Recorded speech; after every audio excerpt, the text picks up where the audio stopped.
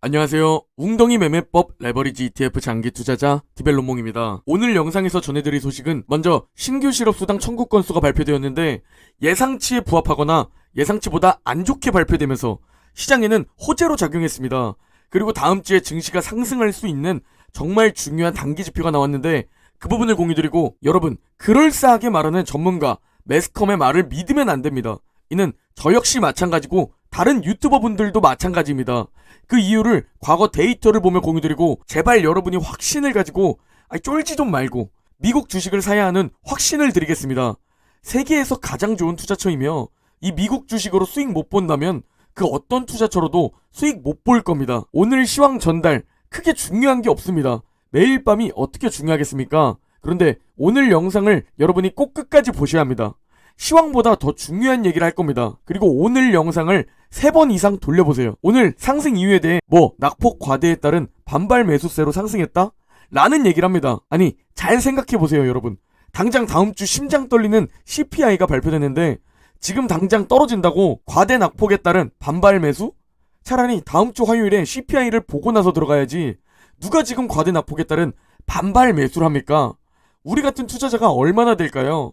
심지어 지금 과대 낙폭하지도 않았는데 말이죠. 이건 누가 봐도 상승한 이유를 찾아야 하는데 결과에 그냥 아무 이유나 끼워 맞춘 겁니다. 제가 말씀드렸죠? 이번 주는 관망세를 보일 것이라고.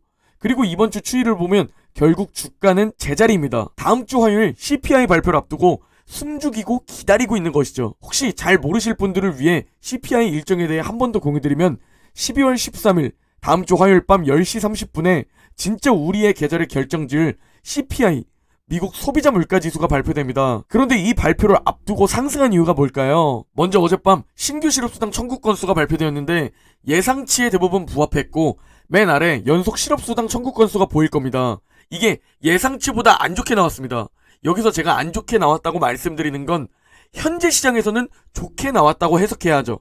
안 좋은 뉴스를 시장은 좋은 뉴스로 해석하고 있기 때문이죠. 지속적으로 실업수당 청구를 받고 있는 실업자가 무려 170만 건 정도로 늘어나며 이게 올해 2월 이후 최고치를 기록했다는 겁니다. 보통 사람들의 시각으로 생각해보면 이 실업자가 증가한다는 것은 경기 침체 우려와 불안으로 연결됩니다. 그런데 주식시장에서는 그렇지 않습니다. 이게 인플레이션 압력이 완화된다고 해석되고 연준의 금리 인상 스탠스가 약해질 수 있다는 좋은 뉴스로 인식이 된다는 겁니다. 과대 낙폭에 따른 반발 매수가 아닙니다. 그리고 제 개인적으로 굉장히 긍정적으로 보고 있는 신호가 있는데요. 바로 현재 하락에 베팅하는 비율이 사상 최대 규모라는 겁니다. 즉 현재 과대 낙폭에 따른 반발 매수라는 이유를 붙여놓고 숏에 베팅한 투자자들을 털어낼 겁니다. 마치 몇 주 전 미친 상승을 예로 들 수 있겠죠. 미국 10년물 국채금리는 여전히 3.4대에 있으며 상승했던 환율은 다시 1,300원을 테스트합니다. 우리의 계좌는 극심한 공포 구간이지만 현재 공포지수는 탐욕에 걸쳐 있고요. 올해 가장 핫한 전문가가 누구인가요? 마이크 윌슨? 또 마이크 윌슨 말고도 여러분이 알고 있는 전문가가 누가 있나요? 그런데 이런 사람들이 대단해 보이시겠지만 제발 전문가들의 말 애초에 듣지도 말아야 합니다. 여러분 닥터둠으로 불리는 루비니 한 번쯤 들어보셨나요? 이런 전문가가 폭락에 대한 얘기를 하면 유튜버들은 조회수를 올리기 위해 어그로를 끌기 위해 영상으로 사용합니다. 그리고 루비니가 하루 전에 내년 S&P 500 지수가 25%나 폭락한다고 전망했습니다. 거기에 역대급 스태그플레이션과 부채 복합 위기가 엄습할 것이다 라고 공포를 주고 있죠. 저 역대급 스태그플레이션이라는 단어 잘 기억하시기 바랍니다. 저 기사만 대충 보더라도 뉴욕대학교 교수로 있는 전문가잖아요. 닥터둠이라는 닉네임도 있으니 얼마나 대단해 보이나요? 저 전문가의 말을 듣고 여러분이 패닉셀 했다고 해봅시다. 진짜 떨어지고 다시 사기 위해서 말이죠. 2009년 8월 25일 오후 2시 39분입니다. 이때 닥터둠으로 불리는 루비니 교수는 13년 전에도 스태그 디플레이션이나 스태그플레이션이 도래할 것이다. 미국 경제는 U자형 경제 회복을 하고 다시 한번 무너지며 더블 디팔 가능성이 높다고 경고했죠. 그런데 루비니 발언 시점을 잘 보시기 바랍니다. 정확히 어떻게 보면 최고의 매수 타이밍, 떨어질 거 다 떨어지고 나서 반등 주었을 때 진짜 이론적으로 최고의 매수 타이밍에 뉴욕대학교의 교수로 있는 전문가는 비관론을 외친다는 겁니다. 저 때 S&P 500이 1000포인트입니다. 지금 그렇게 무너져도 4000포인트고요. 즉 저 대단해 보이는 뉴욕대학교 교수 닥터둠으로 불리는 루비니 말 듣고 여러분이 패닉셀 했다면 13년 동안 4배의 수익률을 놓치는 겁니다. 그리고 그 13년은 여러분 인생에서 두 번 다시 돌아오지 않는 골든타임입니다. 우리가 파월의 기자회견을 듣는 것도 마찬가지입니다.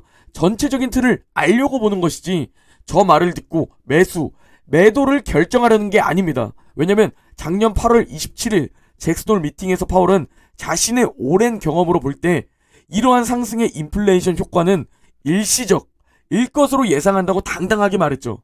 그리고 우리 모두 다 그렇게 믿었지 않습니까? 그런데 올해 어떻게 되었죠? 일시적이니까 금리 급하게 올릴 필요 없고 테이퍼링도 지금 당장 시작할 필요 없다며 저때 양적 완화를 계속 진행 중이었습니다. 오랜 경험을 비추어서 당당하게 말했는데 말이죠. 그렇게 일시적이라 말하고 1년 뒤 2022년 잭슨홀 미팅에서는 일시적 인플레이션인 줄 알았던 게 일시적이 아니라 고착화할 수 있기 때문에 금리를 더 올려야 한다고 바뀌었습니다. 그리고 현재는 속도 조절에 대한 얘기를 하고 있죠. 또 하나 예시를 들어보겠습니다. 세계적인 투자자라고 불리는 제레미 그랜섬 들어보셨나요? 이 세계적인 투자자는 2010년에도 반토막, 2013년에도 반토막, 2014년에도 반토막, 그리고 2016년에도 폭락에 대한 얘기를 했죠. 그리고 2018년에 은퇴 자산 절반 이상은 미국 증시가 아니라 신흥국 증시에 넣으라 말했고 2019년 미국 증시 반토막 나니 신흥국에 넣으라 말했죠. 심지어 아까 루비니와 마찬가지로 코로나 폭락 후 증시가 회복을 보일 때 자신의 경험으로 볼 때 미국 증시 거품이 확실하다고 말했습니다. 이 발언을 2020년 6월에 말했는데 지금 보면 얼마나 좋은 매수 타이밍이었나요? 거기에 추가로 2020년 11월에는 미국 증시 거품이 확실하다며 또 엄청난 매수 타이밍에 패닉셀을 유발했죠. 루비니가 말했을 때 매수했다면 레버리지 ETF를 사지 않고도 S&P 500을 매수했어도 13년에 4배의 수익률을 올릴 수 있었고 제레미 그랜섬이 무슨 말을 하더라도 듣지 말고 미국 증시를 그대로 보유했다면 13년에 4배의 수익률을 올릴 수 있었습니다. 레버리지 ETF가 아닌데도 말이죠. 저 우상향을 보이는 미국 증시를 보고도 폭락을 외치는 전문가들이 넘쳐난다는 겁니다. 그렇다면 개인 투자자는 어떻게 해야 할까요? 다 필요 없습니다. 전 세계에서 가장 확률 높은 곳에 투자하면 됩니다. 가장 우상향 확률이 높은 투자처를 고르는 겁니다. 그게 여러분 미국입니다. 미국이 망하는데 우리나라 부동산 괜찮을까요? 미국 경제가 무너지면 다 무너집니다. 그런데 다른 곳이 무너져도 미국은 덜 무너집니다. 제발 쫄지 말고 지치지 마시고 진정한 투자 마인드를 가지고 여러분은 미국 주식에 투자해야 하는 이유 지금부터 그걸 설명드릴 겁니다. 자, 20년 장기 추세를 살펴보면 파란색의 S&P 500이 월등하게 수익률이 높습니다. 그런데 저 홍콩 항생과 상해 종합이 2006년과 2014년 급격히 튀어오른 것 보이시나요? 저때 조급해져서 불타기 하면 지금도 마이너스에 머무르게 되는 겁니다. 미국을 제외한 다른 증시는 우상향이 확실하지 않습니다. 그러니 우리 같은 개인 투자자들이 코스피, 코스닥, 상해 종합, 항생에 믿음이 가겠습니까? 이게 믿음이 안 가니까 이제 정보의 발달로 정말 많은 개인 투자자들이 올바른 정보를 보게 되고 그러니까 미국의 시가총액이 전 세계의 절반을 차지하게 되는 겁니다. 이게 10년 전만 하더라도 약 30%의 비중이었는데 정보가 발달하면서 우리와 같은 개인 투자자들이 코스피, 코스닥, 중국 이런 거에 투자하면 망한다. 미국으로 가자. 라는 올바른 투자 마인드가 생겼고 이게 미국으로 점점 집중되고 점점 심화되는 이유입니다. 그리고 앞으로 더 쏠릴 겁니다. 왜냐면 코스피, 코스닥 보셨지 않습니까? 다른 나라들도 마찬가지입니다. 이제 더 자금이 몰릴 거고 양극화가 일어날 겁니다. 그러면 미국 증시는 더 선순환을 보이겠죠. 그리고 전 세계 탑 500 브랜드 가치입니다. 미국 기업들의 가치는 미친 듯이 상승하고 있죠.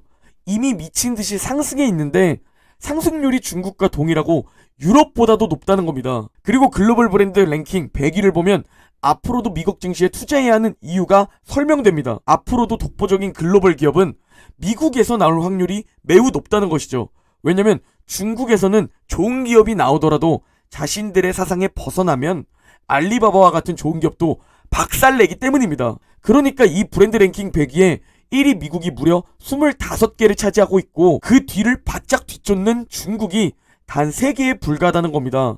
넘사벽입니다. 넘사벽. 그러면 어디가 가장 확률 높은 곳인가요? 그런데 여러분은 통찰력이 있으신가요? 아마존 15년 전에 발굴해서 매수했나요? 테슬라 10년 전에 발굴해서 매수했나요? 애플 20년 전에 발굴해서 지금까지 보유하고 있나요? 우리는 통찰력이 없습니다. 그런데 여러분이 난 통찰력이 있으니 멋진 모습을 보이고자 개별 주식을 잘못 선택하면 제 아무리 미국 주식이라도 잃어버린 10년, 잃어버린 20년을 만날 수 있습니다. 다 신나서 수익 인증할 때 여러분의 계좌는 회복이 안 될 수 있다는 겁니다. 그래서 우리가 할 수 있는 최고의 투자 선택이 바로 미국 그 자체에 투자하는 겁니다.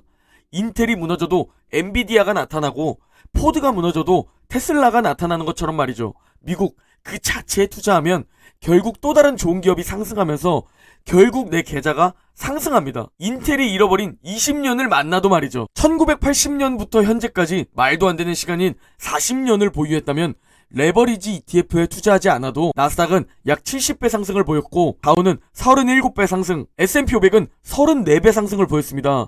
우리나라에서 불패 신화로 불리는 강남 아파트가 같은 기간 9배 상승했습니다. 얼마나 신뢰가 가는 곳인지 이제 좀 이해가 되셨나요? 강남 아파트보다도 신뢰가 가는 곳입니다. 그런데 이걸 그냥 들고만 있는 상태로 모든 귀를 닫고 세월을 지내기만 하면 되는데 우리는 팔랑귀처럼 흔들흔들 거리고 이제 1년 지났는데 살려주세요. 예금으로 가겠습니다. 라고 말하기 때문에 전 세계의 10%의 자산을 무려 99%가 나눠서 가지고 있고 전 세계의 90%의 자산을 단 1%가 독식하고 있는 겁니다. 그리고 이 미국 지수도 분산 투자라는 게 좋습니다. 나스닥만 보유해도 안 되고 S&P 500만 보유해도 안 됩니다. 왜냐? 나스닥에만 몰빵 투자하면 지금과 같은 상황에 기술주에만 몰려 있어서 불안감이 가중되고 이는 확신을 사라지게 하는 요소죠. 그렇다고 S&P 500, 다우에만 투자하자니 옆에서 미친 듯이 상승하는 나스닥 수익률을 보고 나도 갈아타게 된다는 겁니다.